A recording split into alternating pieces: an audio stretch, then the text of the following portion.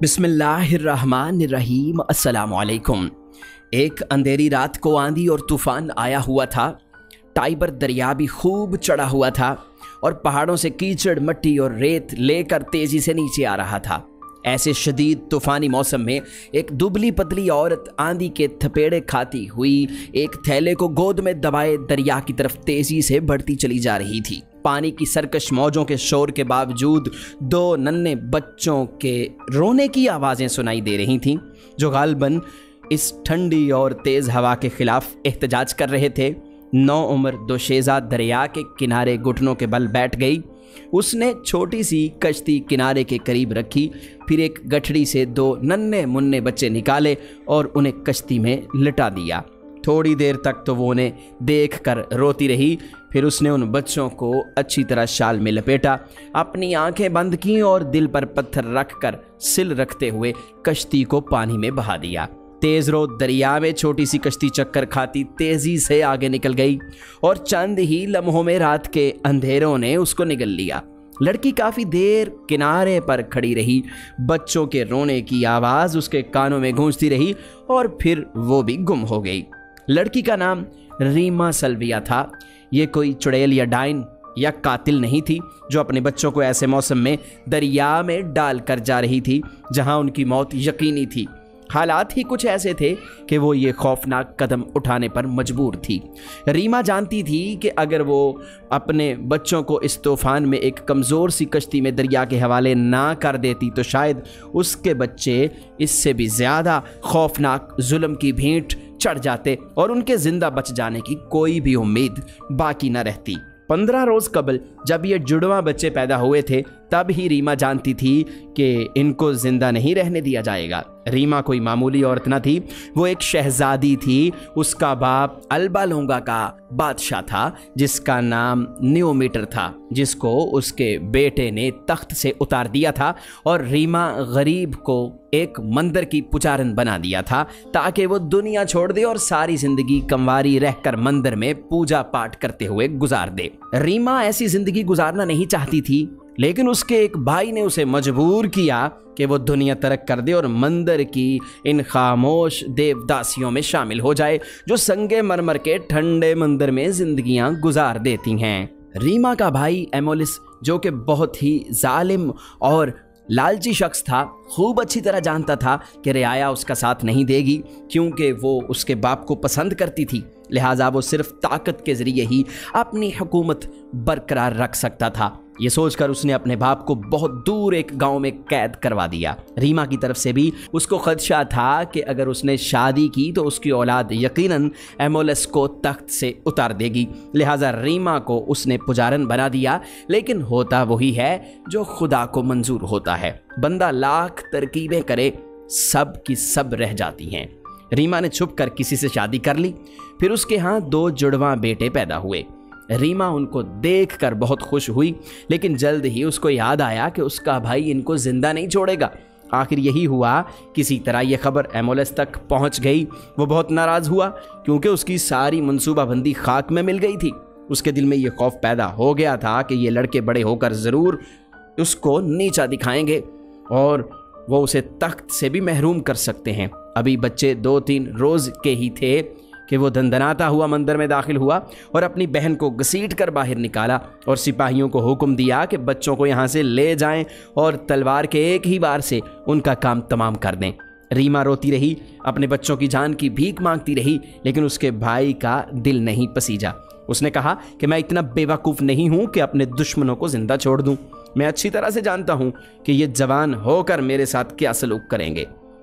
ये मेरे साथ वही सलूक करेंगे जो मैंने अपने बाप के साथ किया है। आखिरकार कुछ सोचकर रीमा ने यह दरख्वास्त की कि मुझको सिर्फ इतनी इजाज़त दे दें कि मैं खुद ही इन बच्चों का काम तमाम कर दूं। एमोलस ने उसे ये इजाज़त दे दी कि वो इनको दरिया में डबो दे। रीमा ने जब बच्चों को दरिया में छोड़ा तो उसके दिल में ये उम्मीद थी कि शायद किसी की नज़र इन पर पड़ जाए और वो इनको पानी से बाहर निकाल ले। खुदा के लिए तो क्या मुश्किल है, अगर वो चाहे तो बच्चों की जान बच जाने की कोई ना कोई सूरत निकल ही आएगी। और अगर इनको मरना ही है तो तलवार से मारे जाने और खून बहने से बेहतर है कि वो पानी में डूब जाएं।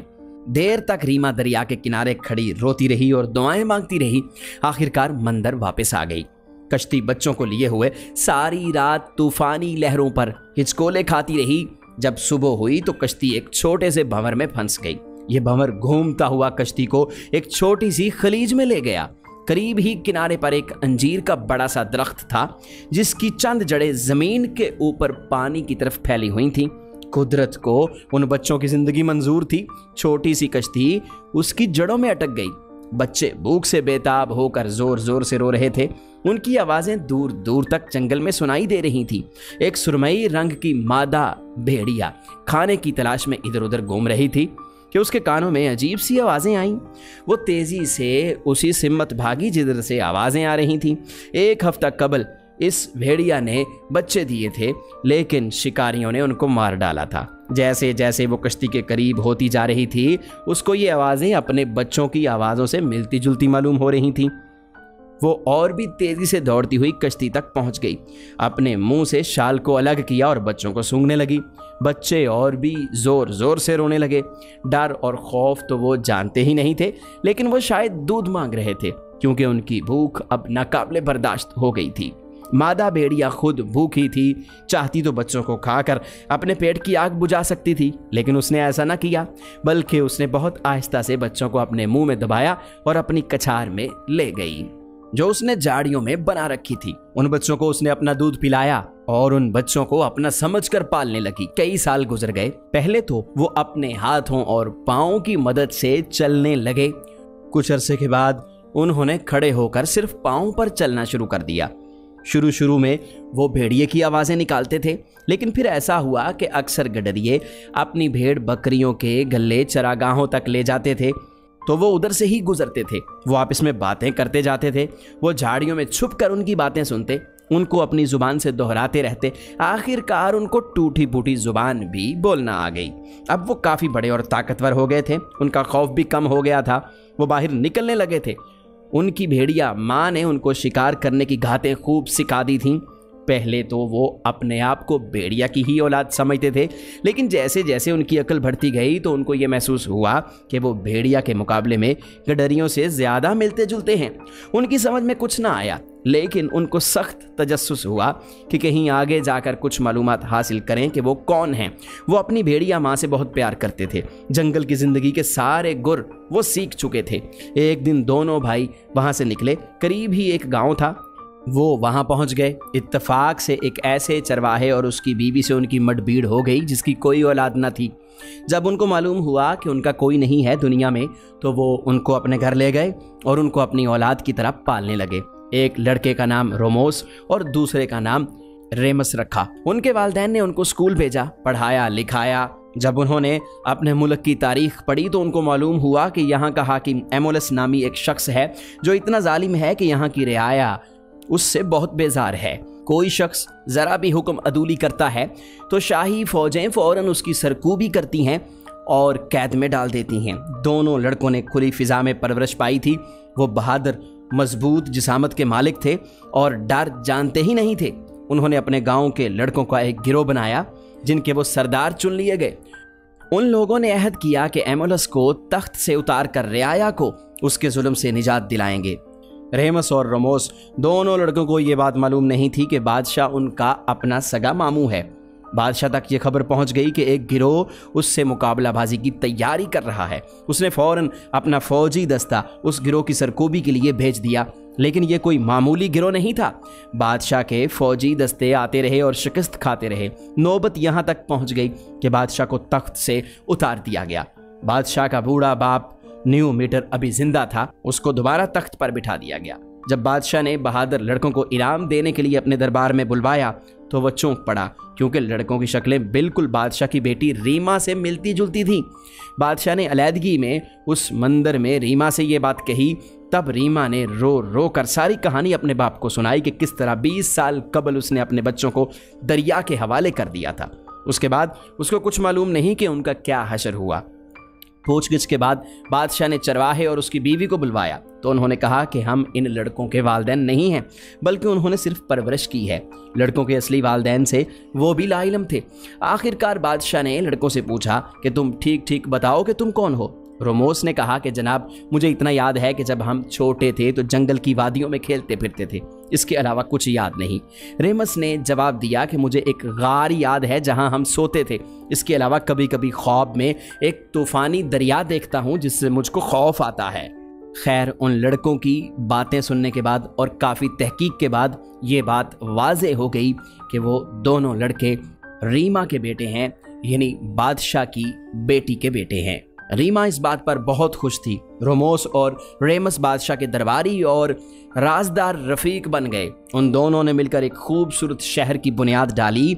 वो शहर आजकल रोम के नाम से मशहूर है। आज भी हजारों सयाह हर साल उस शहर को देखने जाते हैं। ये शहर 7 पहाड़ों, वादियों और जंगलों पर मुश्तमिल था जहां वो परवान चढ़े थे। ये फैसला करना मुश्किल हो गया था कि इसका क्या नाम रखा जाए। आखिर ये तय हुआ कि दोनों भाई एक एक चोटी पर चढ़ जाएं। जो भाई सबसे ज्यादा परिंदे देखे वही नाम रखेगा।